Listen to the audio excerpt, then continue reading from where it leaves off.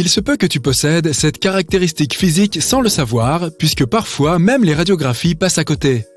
Nous avons pour la plupart 12 paires de côtes, à savoir 24 côtes en tout. Cependant, certaines personnes en ont 25. Une seule personne sur 200 naît avec ce petit plus. Il s'agit du syndrome de la côte cervicale.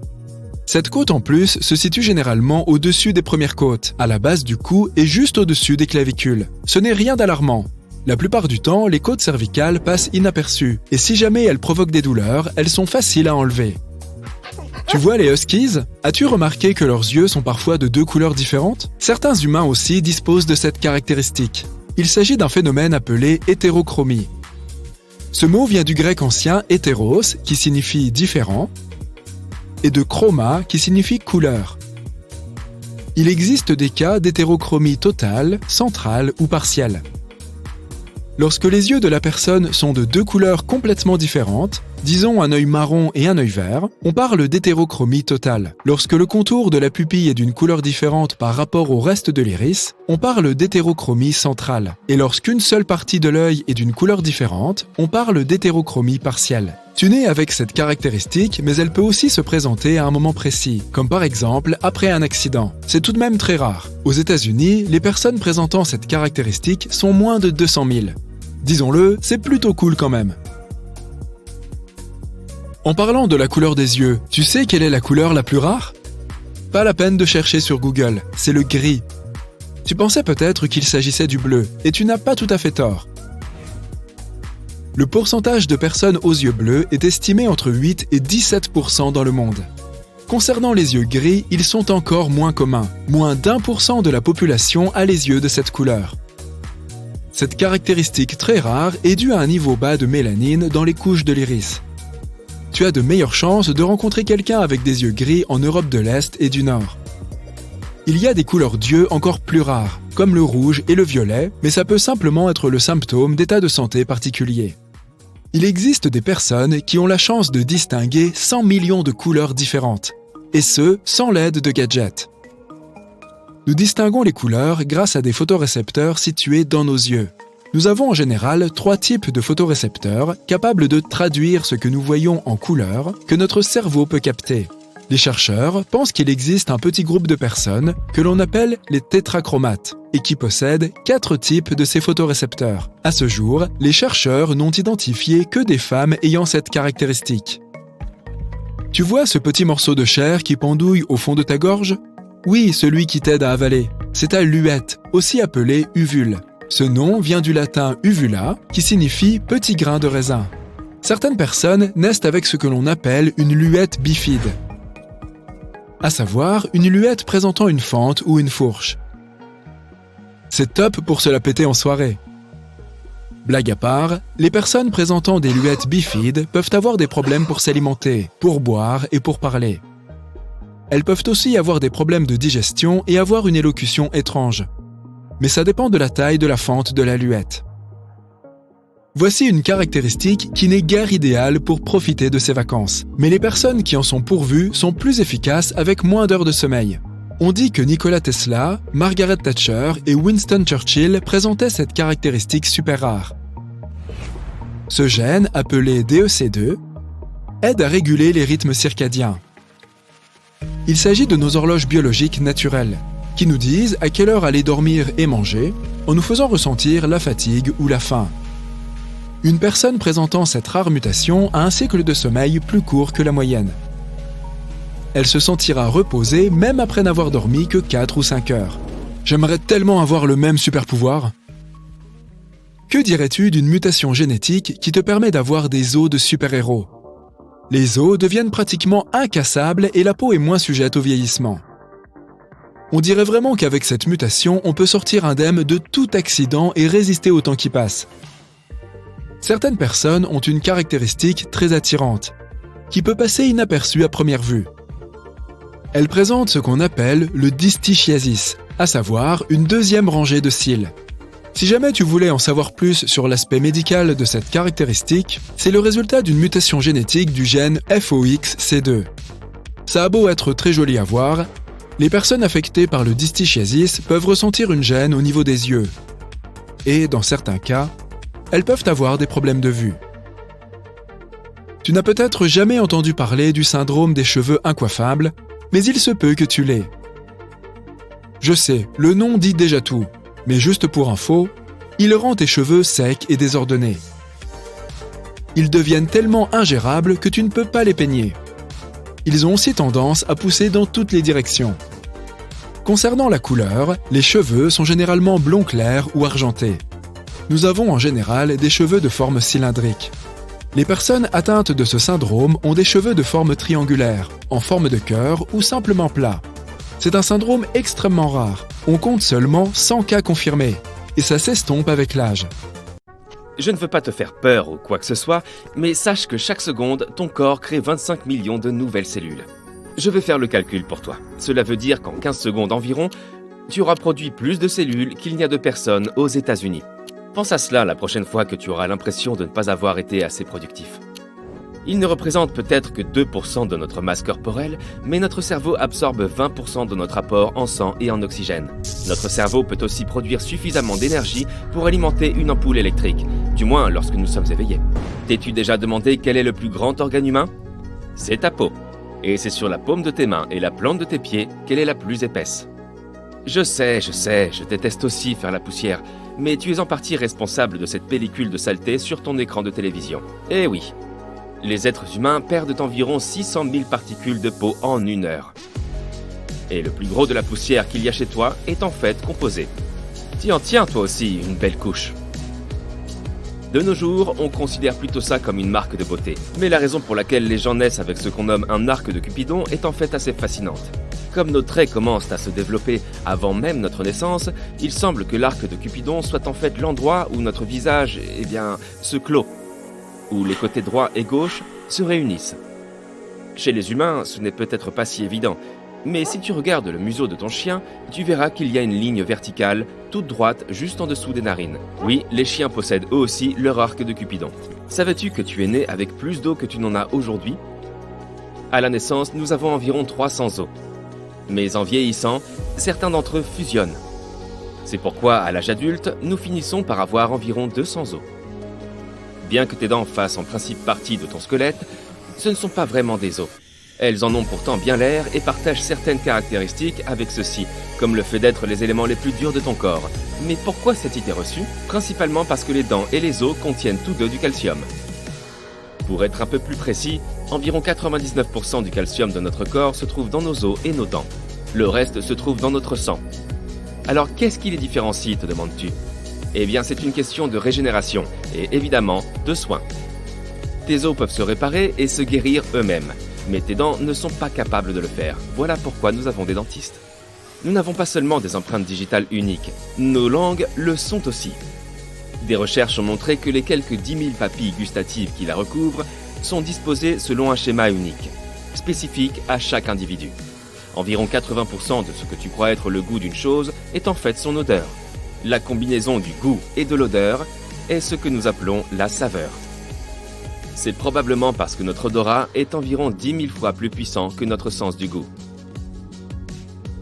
La prochaine fois que tu écouteras ta chanson préférée, essaie de prêter attention au battement de ton cœur.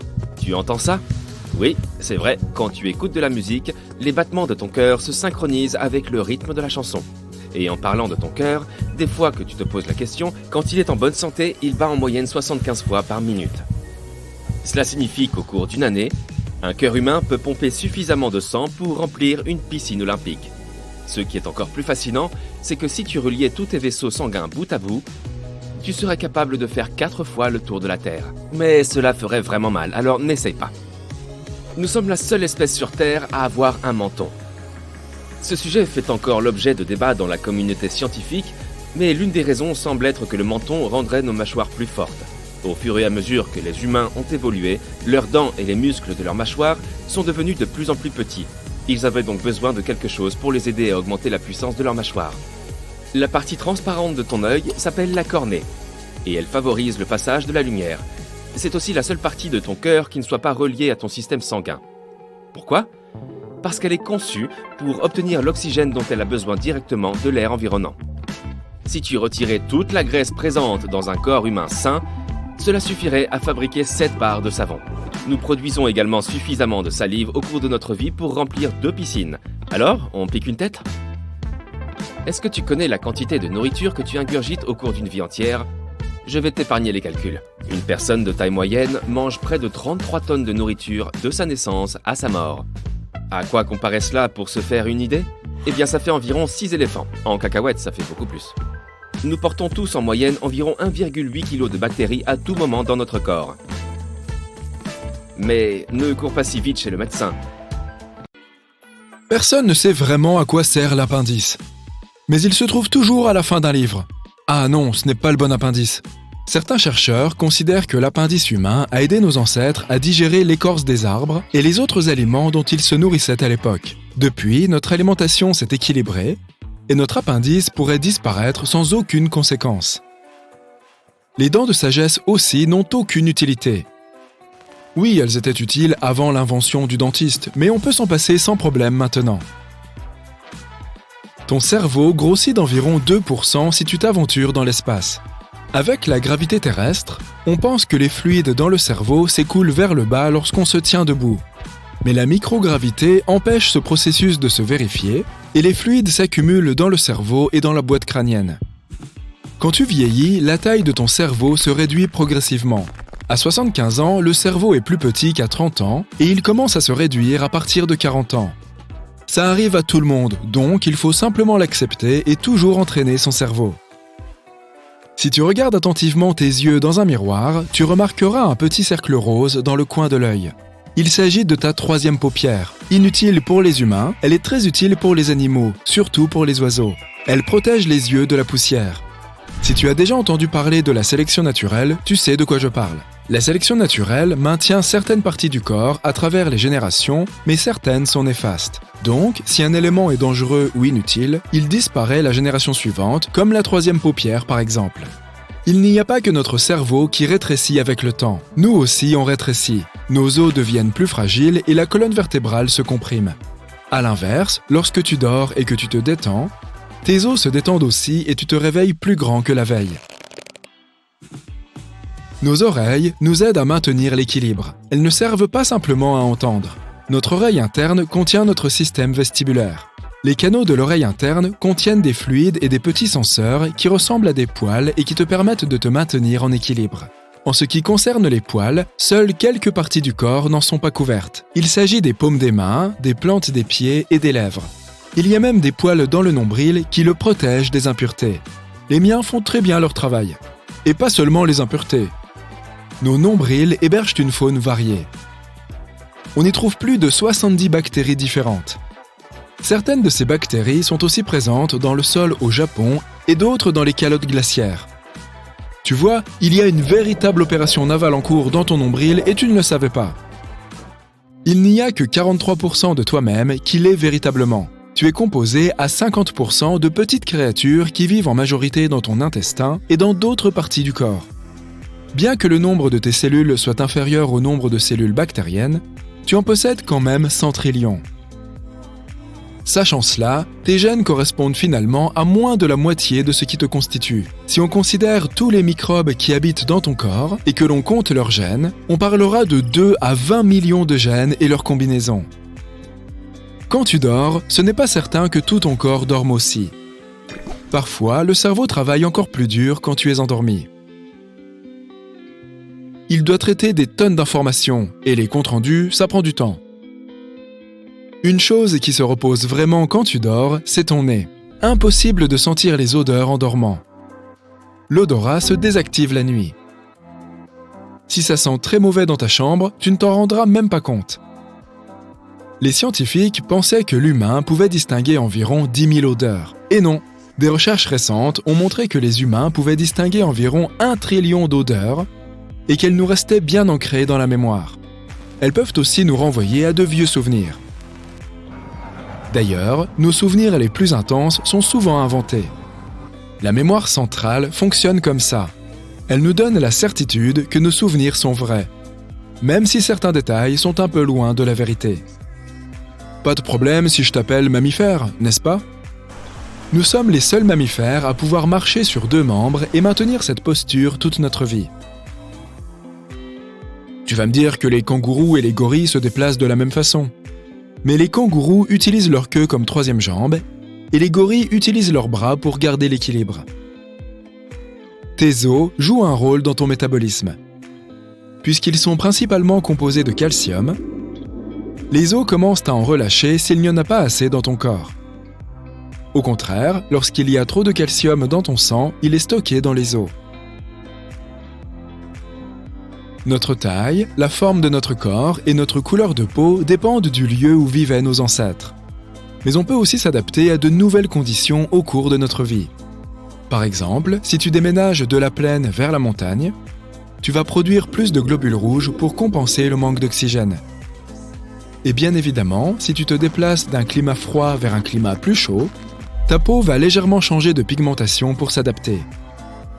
Notre durée de vie est programmée dans nos cellules. Elles se renouvellent et se divisent constamment, mais elles ont un compte à rebours interne qui s'arrête à un moment. Certaines cellules arrêtent aussi de se reproduire avant d'autres. En moyenne, les cellules arrêtent de se diviser quand elles atteignent les 100 ans. Si on trouvait une façon de mettre le compte à rebours à 0, on pourrait potentiellement vivre pour toujours. Mais on aurait vraiment beaucoup de rides. La graisse sert d'isolant, de réserve d'énergie et de pare-choc. Ton corps accumule la plupart de la graisse autour de la taille, puisque c'est là que se trouvent les organes internes. S'il t'arrive quelque chose, cette couche de graisse peut protéger tes organes de dégâts majeurs.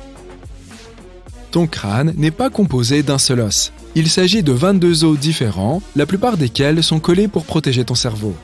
La mandibule, autrement dit la mâchoire inférieure, est le seul os du crâne qui est attaché à ta tête par des tissus conjonctifs et des muscles.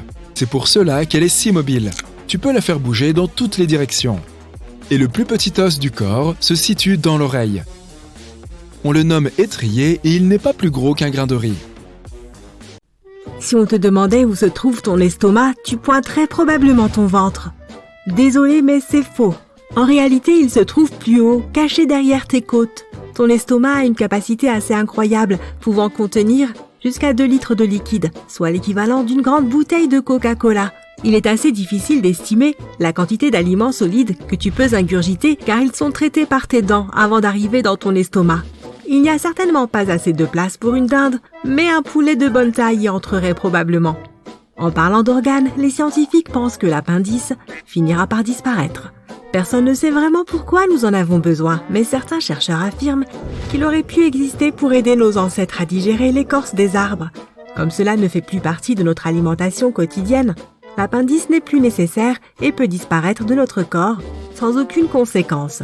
L'appendice n'est d'ailleurs pas la seule partie obsolète de notre corps. Les dents de sagesse ne sont plus très utiles non plus.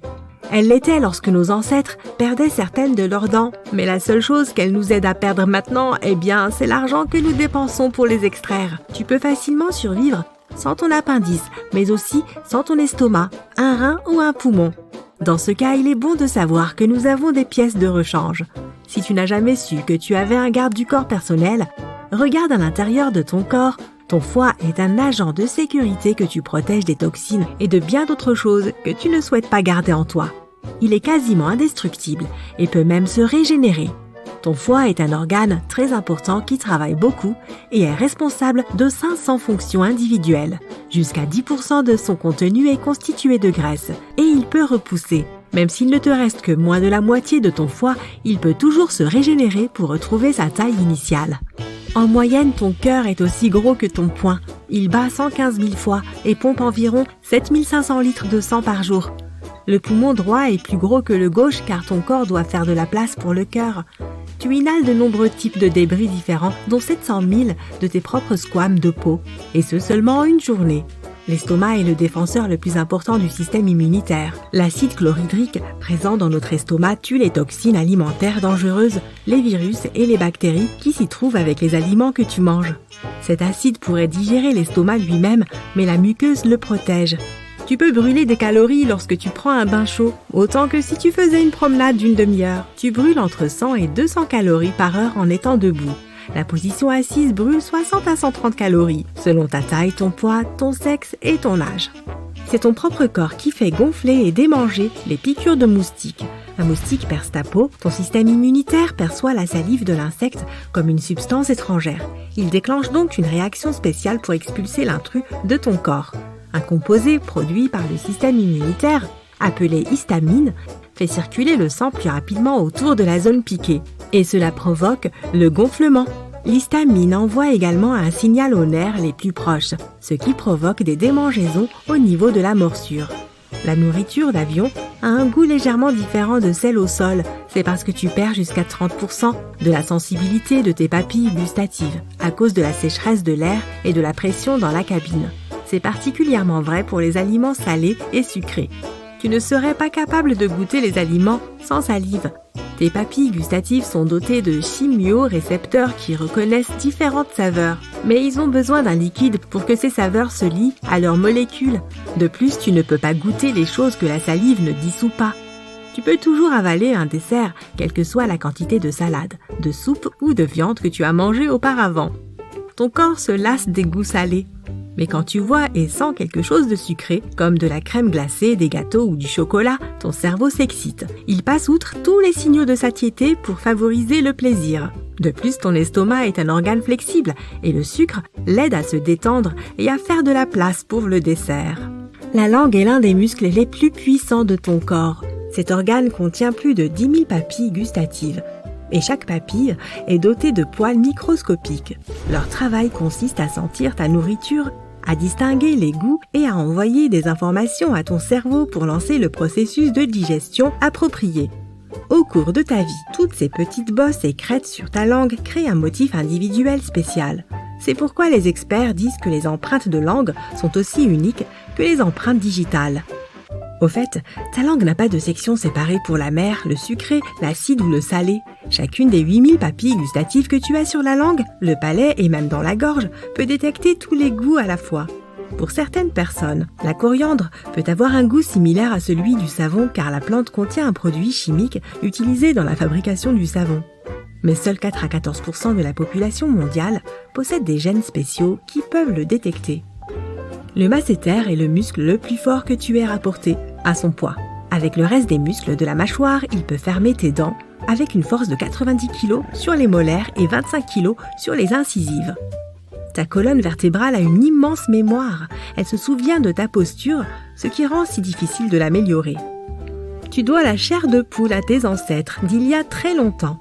Leurs poils se dressaient pour les faire paraître plus grands et plus effrayants pour leurs ennemis. Les chats sifflent et arquent leur dos pour la même raison.